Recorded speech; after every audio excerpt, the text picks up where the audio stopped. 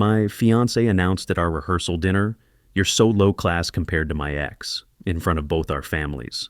I stood up calmly and said, "You're right, I'd never cheat on you like he did to you." Then I left. The wedding cancellation went out the next morning. I, 32 male, was supposed to get married last Saturday. Spoiler alert, didn't happen.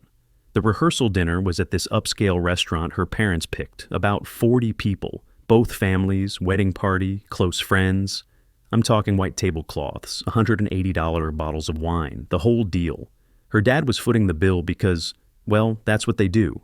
They have money, like actual money. Country club memberships, family lawyer on retainer, vacation home in the Outer Banks type money. I don't come from that. My parents are solid middle class here in Charlotte. Dad's a foreman for Piedmont Construction, been there 18 years, worked his way up from general labor. Mom's a nurse at Presbyterian Hospital, night shift supervisor in the ICU.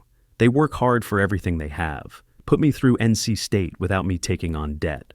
Sacrificed vacations, drove used cars, clipped coupons, so I could focus on my studies instead of working full-time.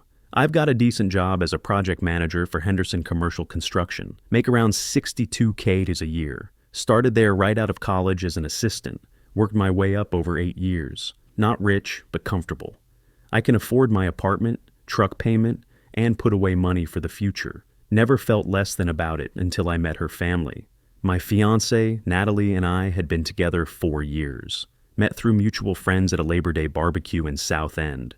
She was this gorgeous woman in a sundress, laughing at something her friend said. We hit it off talking about travel, books, life goals. She worked in marketing for her dad's development company, Ashworth Properties. Made good money, but mostly because, nepotism. Not saying she wasn't good at her job. But let's be real about how she got it. We'd been living together for the past year in my apartment, planning to buy a house after the wedding. Had our eye on a place in Myers Park, nothing fancy, but nice. The whole engagement, there had been little comments. Her mom would say stuff like, "Well, at this price point, you get what you pay for." When I suggested we could save money with a photographer who charged $1,200 instead of $1,800. Her sister made a joke about me being hands-on when I mentioned doing some renovation work on our future house myself instead of hiring contractors. "How refreshingly self-sufficient," she said with this smile that didn't reach her eyes. Nothing major enough to cause a fight, but enough to make me feel small. Natalie usually shut it down, or so I thought. Looking back, there were signs I should have paid attention to. 3 months ago, at her cousin's engagement party at the country club, her uncle asked what I did for work. When I explained project management in commercial construction, he nodded slowly and said, "Oh, so you're like a foreman with paperwork. That's nice." Natalie laughed, didn't defend me, didn't correct him, just laughed along like it was amusing. I felt my face get hot, but I let it slide. 2 months ago, her mother commented on how charming it was that my parents still used manufacturer coupons when we all went to dinner at this steakhouse downtown. "It's so refreshing to see people who are still connected to practical living," she said. My mom's face went red, but she smiled politely. My dad just kept cutting his steak, jaw tight. I wanted to say something, but Natalie grabbed my hand under the table, so I stayed quiet. Last month, her father asked me 3 separate times in one evening about my 5-year career plan. "So, where do you see yourself professionally by 35? Have you considered getting your MBA? What's your target income trajectory?" Like I was in a job interview for his daughter's hand. Each question felt like a test I was failing. 2 weeks ago, at a dinner party at their house, one of her dad's business partners asked if I'd ever considered transitioning into the development side of construction. "Bryce could probably learn a lot from you, Dad," Natalie said.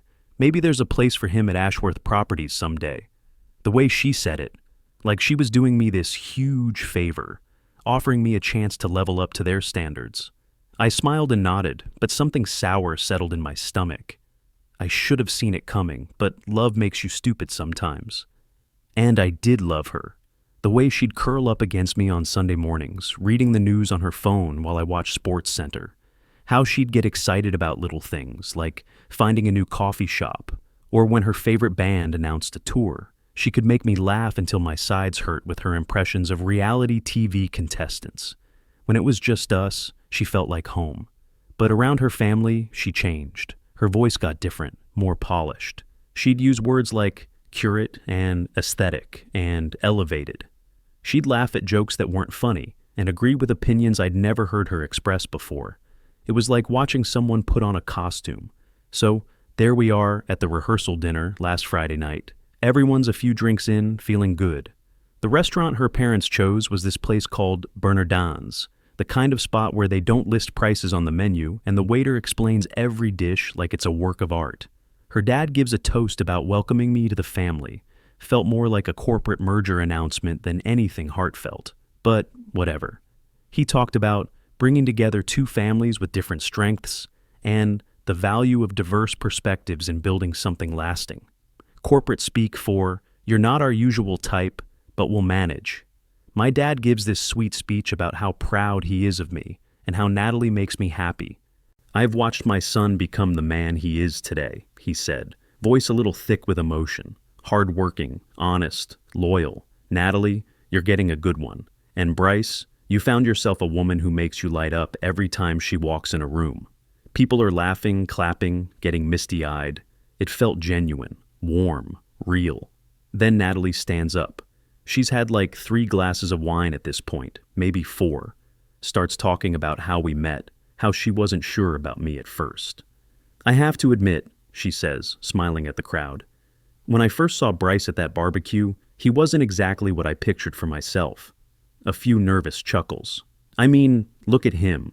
Baseball cap, work boots, talking about football with the guys. More nervous laughter from the crowd. I'm starting to feel uncomfortable, but I keep smiling. Where is she going with this?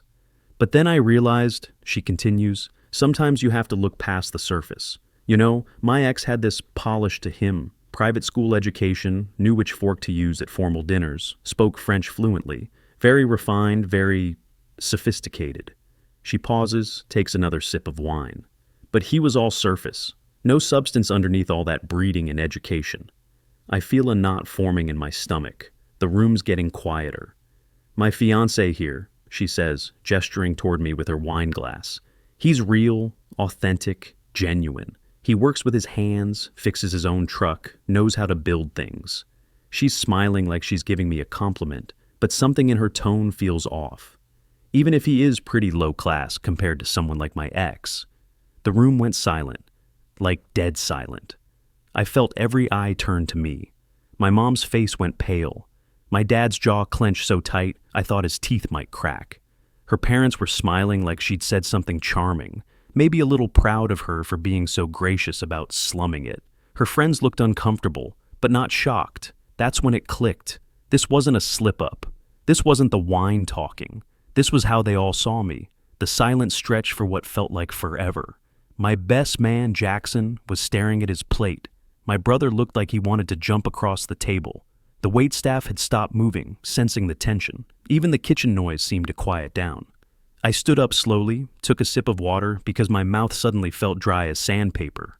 Everyone's watching, waiting to see how I'd handle being publicly humiliated at my own rehearsal dinner. You're absolutely right, I said, voice calm and steady. I am low class compared to your ex. I paused, let that hang in the air for a beat. I'd never cheat on you like he did multiple times, including with your college roommate Sarah.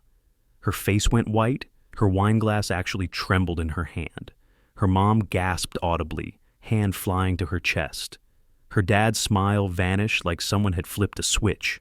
The room erupted in whispers and shocked murmurs.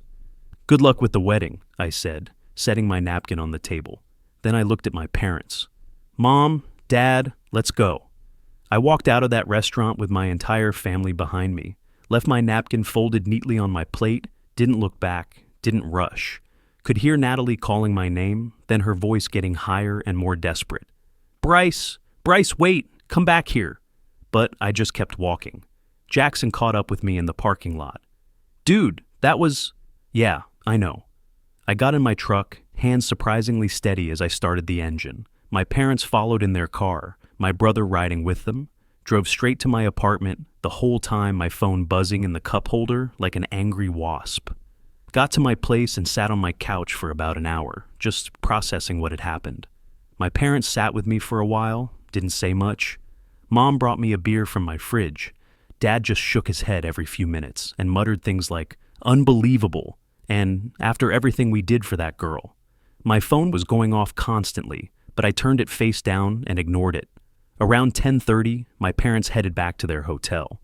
"We're proud of you, son," Dad said at the door. That took guts. After they left, I got to work. Called the wedding planner at 11 p.m., left a voicemail that the wedding was canceled. I'd handle my portion of vendor cancellations. Please send me the breakdown of what I owed. Texted Jackson. "Wedding's off. I'll explain later. Can you let the other guys know?" Then I went to bed. Slept like a rock, honestly. Best sleep I'd had in months. Woke up Saturday morning to 73 missed calls and probably 150 text messages. Made coffee first because I knew I was going to need caffeine for this circus. Started going through messages around 8 a.m.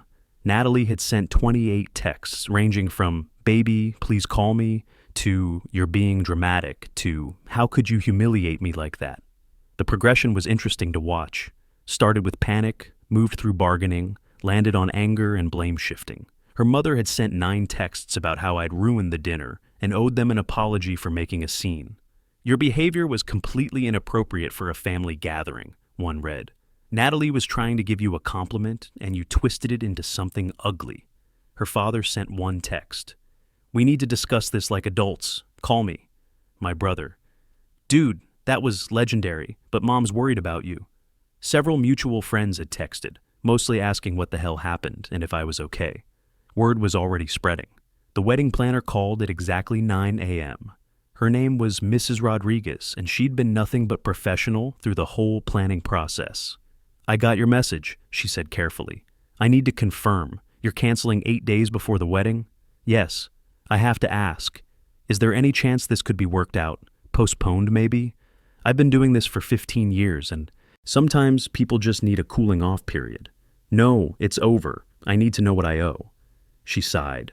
"Okay, so you'll lose your deposit on the venue. That's $2,200. The caterer requires 2 weeks' notice for a full refund, so that's the full $4,800. Photographer might refund half since I can explain the circumstances. That's $900 back from the $1,800 you paid. Florist is completely non-refundable, $600.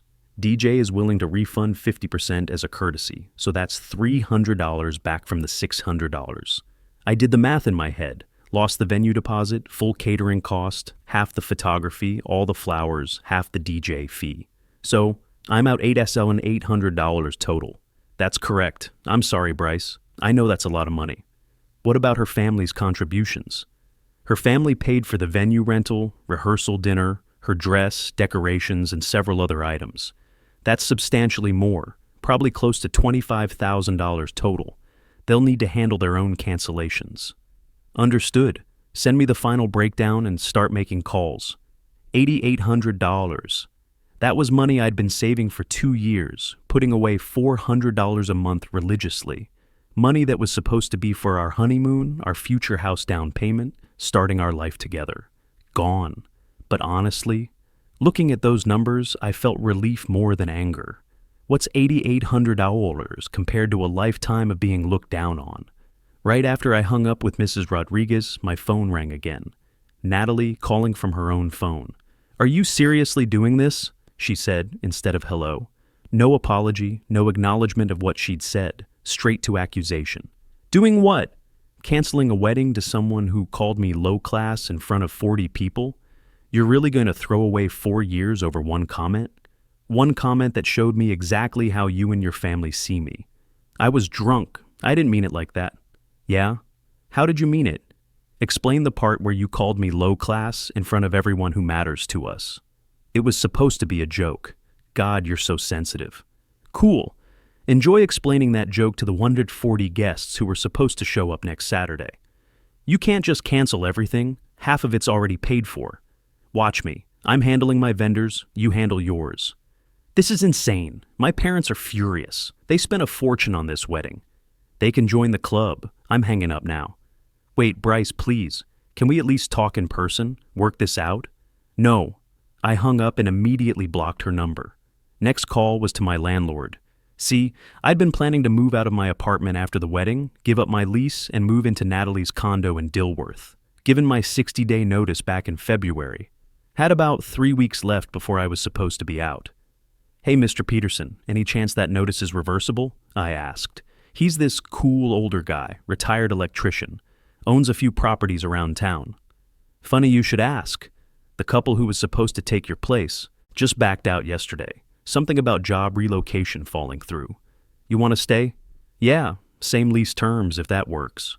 "Works for me. I'll draw up a new agreement, month to month or annual." "Let's do annual. I'm not going anywhere." One problem solved. Next priority was protecting my finances. We'd opened a joint account 3 months ago for wedding expenses and future planning. I'd put in about $10,000 total over those months. Wedding deposits, honeymoon fund, down payment savings for the house. She'd contributed $3,000, mostly from a bonus she got at work. Drove to the bank, walked in like I owned the place. The banker, Jennifer, had helped us set up the account originally. "I need to remove my funds from the joint account," I told her. "Oh no, is everything okay?" Pre-wedding jitters.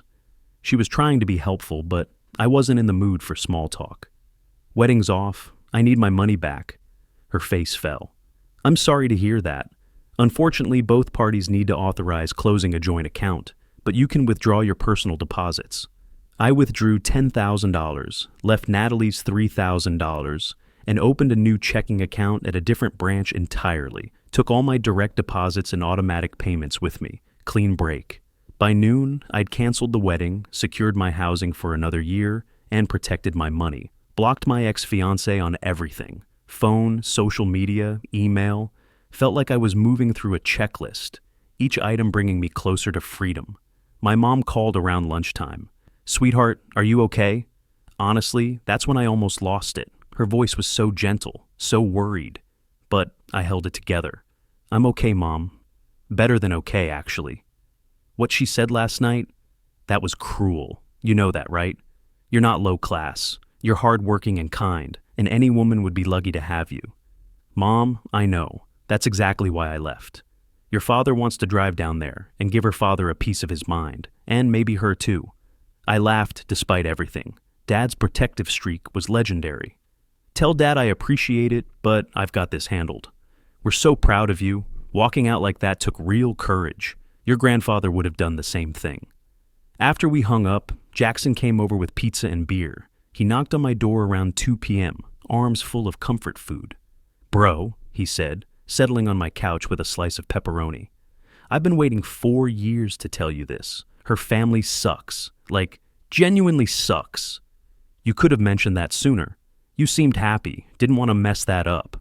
But every time we hung out with them, they'd make these little comments about my motorcycle, about Caleb's tattoos, about Marcus working retail while he's in grad school. Subtle digs, but constant. I thought I was being paranoid. Nah, man, that rehearsal dinner, everyone at our table saw it. Her friends didn't look shocked because they've heard that attitude before. You dodged a bullet. Hell, you dodged a missile." Around 4 p.m., her father called from a different number. I almost didn't answer, but curiosity got the better of me. "We need to discuss the financial obligations here," he said. No greeting, no acknowledgement of what his daughter had done. Straight to business, like always. "I'm handling my vendors, you handle yours. The venue rental is non-refundable. That's $12,000. The catering deposit was $3,000. Her dress was $2,500. Flowers, decorations, rehearsal dinner. We're looking at substantial losses." "Then you're out substantial money, not my problem. You're the one who canceled 8 days before the wedding. Your daughter's the one who publicly humiliated me at our own rehearsal dinner. Funny how that works.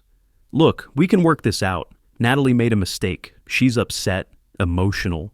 We could postpone the wedding, do some couples counseling, whatever you need. I don't need anything except to not marry someone who thinks I'm beneath her." "Don't be ridiculous. She doesn't think that." She literally said it in front of both our families, called me low class compared to her ex. That was poor word choice after too much wine. And me leaving was a great choice after too much disrespect. "We're done here, Mr. Ashworth. You're making a massive mistake. Do you know what kind of life she could have given you? The opportunities, the connections, the financial security. There it was, the real issue. The thing that had been bothering me for months, but I'd never been able to put my finger on. I don't want a life someone gives me because they think they're doing me a favor. I want a partner. She's not that. That's naive thinking, son. Marriage is about building something together, combining resources, elevating each other. Elevating each other, yeah. Not one person constantly trying to elevate the other because they think they're starting from a deficit. You're being emotional. This is a business decision as much as a personal one.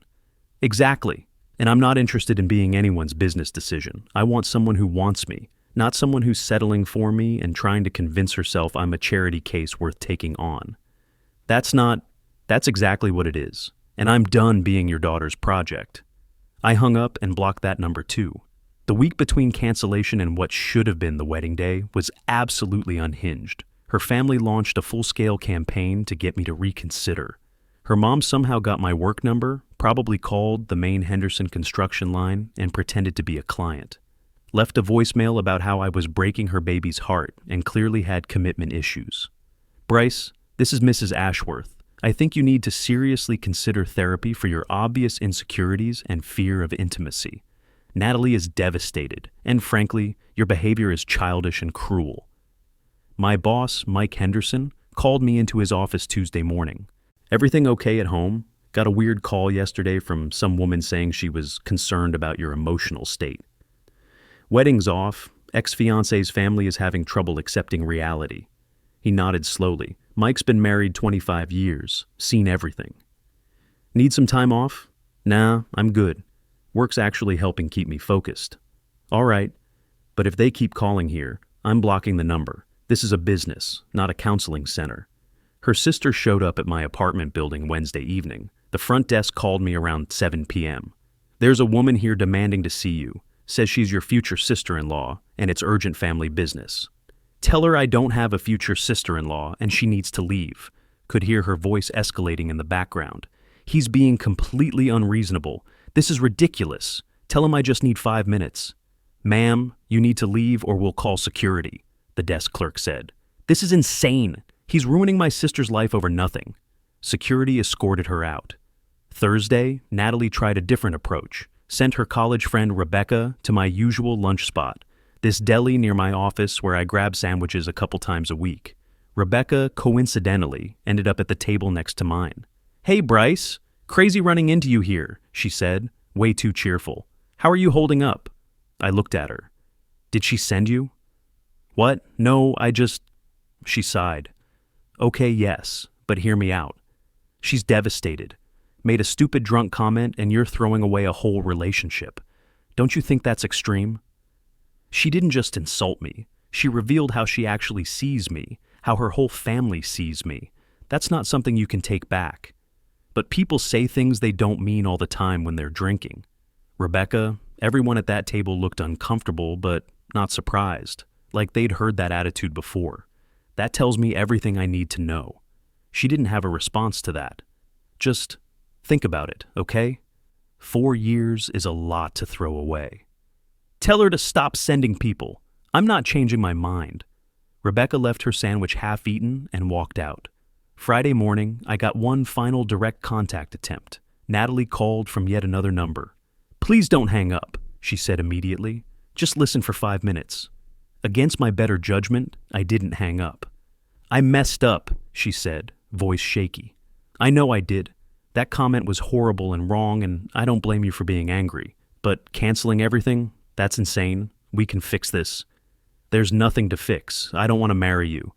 You don't mean that. I absolutely do.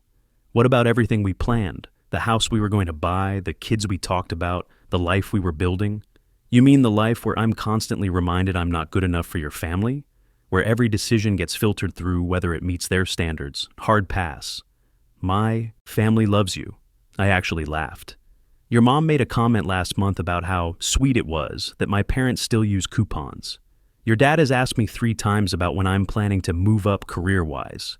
Your sister said my truck was charmingly blue-collar, like I'm some kind of mascot for the working class. That's not love, Natalie. That's tolerance at best. Silence for a long moment. I didn't know you felt that way, she said quietly. Because you never asked. You never defended me. You agreed with them. I didn't. You called me low class at our rehearsal dinner in front of everyone we care about. I was trying to make a point about how I value substance over surface. By calling me low class. Yeah, great point. Really came across well. You're being deliberately obtuse. And there it was. The real Natalie coming out again. When pressed, when she couldn't control the narrative, the mask slipped. I'm hanging up now. Bryce, wait. I hung up and blocked that number too. Saturday morning, what was supposed to be my wedding day, I woke up at 10 a.m. feeling better than I had in months. Made myself a huge breakfast. Eggs, bacon, hash browns, toast, the works. Sat on my couch in boxers and a t-shirt, watching college football highlights and drinking coffee from my favorite mug. Jackson came over around noon with Marcus and Caleb, my other groomsmen.